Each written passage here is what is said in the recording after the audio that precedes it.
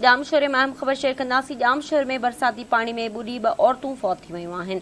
Power house Sachal company भरिसां बरसाती पानी में 2 औरतूं बुॾी फौत थी वियूं आहिनि। फौती औरतुनि जी भागुल ऐं मार्वल तौरु सुञाणप थी आहे। वारसनि जो इहो चवणु आहे त औरतूं घर मां सामान कढी रहियूं हुयूं त पाणी में बुॾी वियूं। नाज़रीन, अफ़सोसनाक वाक़ियो पेश आयो आहे जामशोर में। अव्हांखे ॿुधायूं बरसाती पाणी में बुॾी 2 औरतूं फौत थी वियूं आहिनि। पावर हाउस सचल कंपनी भरिसां बरसाती पाणी में 2 औरतूं बुॾी फौत थी वियूं आहिनि।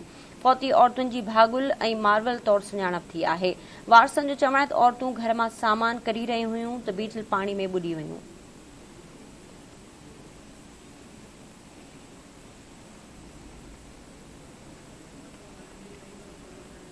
इन बाबति तफ़सील मालूम कयूं था। रहीम बख्श बलोच असां सां टेलीफोन लाइन ते मौजूदु आहे। रहीम बख्श, अपडेट कजो, वारसनि जो इन वाक़िए जे हवाले सां वधीक छा चवणु आहे?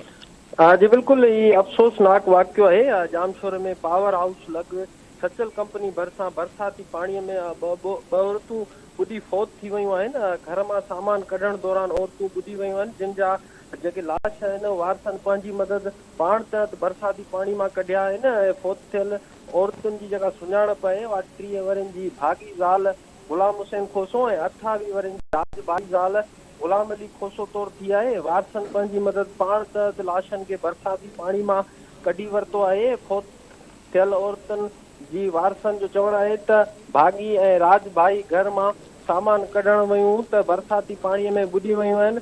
असांजे घरनि में पाणी आहे, औरतूं सामान कढण लाइ घर तरफ़ वियूं त बुॾी वियूं।